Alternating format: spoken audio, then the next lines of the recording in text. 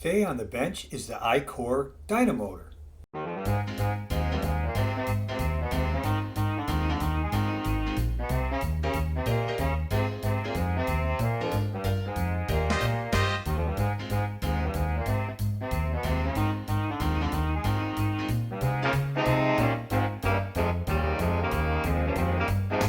The EICOR CEK211041, often identified as the D401, is a vintage dynamotor that was primarily used by the U.S. Navy in their TCS radio systems during World War II.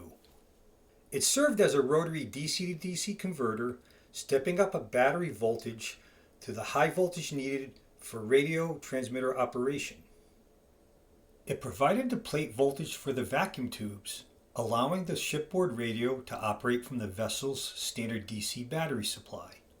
I thought for this video I would start backwards by showing the results of my functional restoration efforts. What better way to do this is by demonstrating the operation of the dynamotor. If you are interested to see how I got to this point for full operation, then you can continue watching the entire video after the demonstration.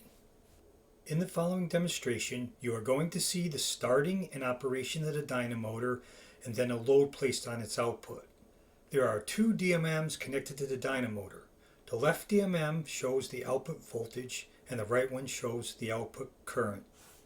Let's go now to the demonstration.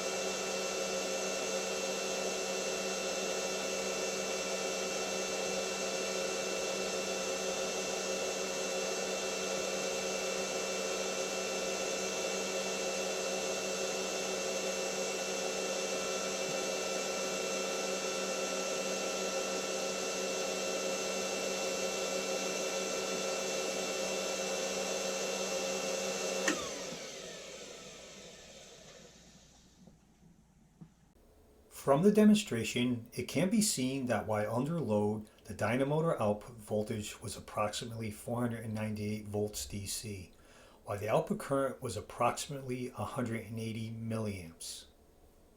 I purposely loaded the dynamotor output to its maximum current rating of 180 milliamps. Now for some more background regarding this dynamotor. EICOR was established in Chicago around 1941, specifically to meet the massive wartime demand for the specialized rotary converters. The D401 identifies the specific machine's design and electrical characteristics, which are the input and output voltage and duty cycle. The contract number was CEK211041.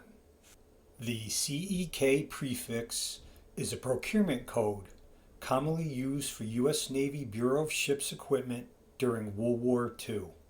The C is for contract and the EK was associated with electrical or radio equipment manufacturing for the Navy. The number 211041 is a U.S. Navy type designation used during World War II to identify a specific model of dynamotor assembly. The dynamotor had the following rated specifications indicated on its data plate. Input voltage is 12 volts DC. Input current is 9.9 amps. Output voltage is 400 volts DC. Output current is 0.18 amps or 180 milliamps. Rotation speed 4700 RPM. And the duty's continuous.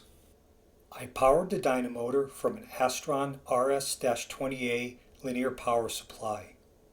I had to use a 1.67 ohm resistor bank for soft starting the dynamotor.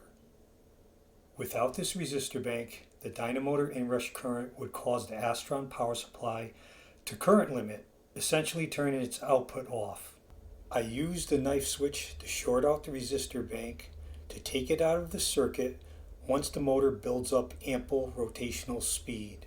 Once I close the knife switch, the dynamotor speeds up. Circled in yellow are the resistors that make up the 2.75 k ohm output load bank for the dynamotor. When I purchased this dynamotor, it was new old stock. I believe this particular one has been manufactured in 1942. That would put its age at 84 years old. Looking from one end of the dynamotor, you will see that this end cap was never taken off since the day it was manufactured. It is apparent by the twisted wire that is routed through the side of the two screw heads. Looking at the body of the dynamotor, you can see it has some oxidation. It shows that this was not stored in the most optimal environmental conditions.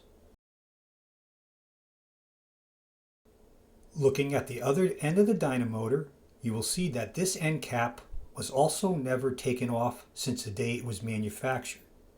It is also apparent by the twisted wire that is routed through the side of the three screw heads. Once I removed the end caps, the commutators and motor brushes from both the high voltage and low voltage ends were exposed.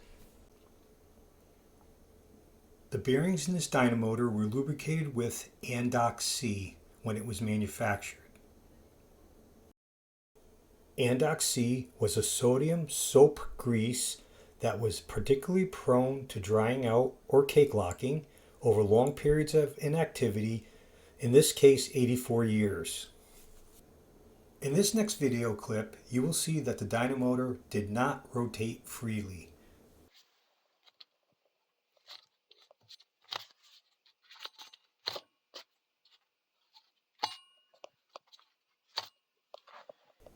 Notice how there's little motor brush wear on the commutator for the 12 volt side of the dynamotor. Also notice that there is little motor brush wear on the commutator for the 400 volt side of the dynamotor. This was expected since this was a new old stock dynamotor. In order to do a thorough cleaning on the rotor bearings, I had to do a teardown of the dynamotor. Shown in this image is the disassembled dynamotor. The following is an image of the rotor. The areas of issue are with the caked up bearings on each end. Here is another image showing one of the bearings from the side view. I had to soak each end of the rotor, first in mineral spirits and then in 99.9% isopropyl alcohol. The end of the rotor was placed in each solvent deep enough to submerge the entire bearing.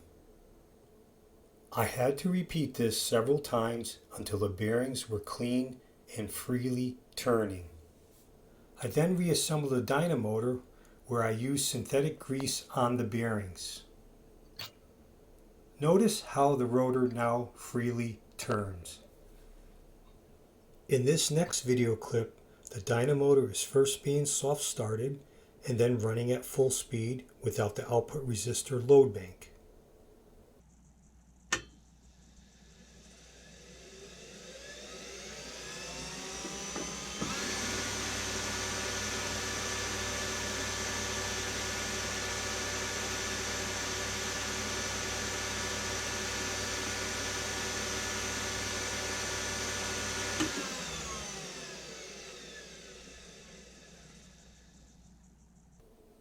Finally, we are back to where we started. If you like this content, please do not forget to hit the subscribe button and also give it a thumbs up.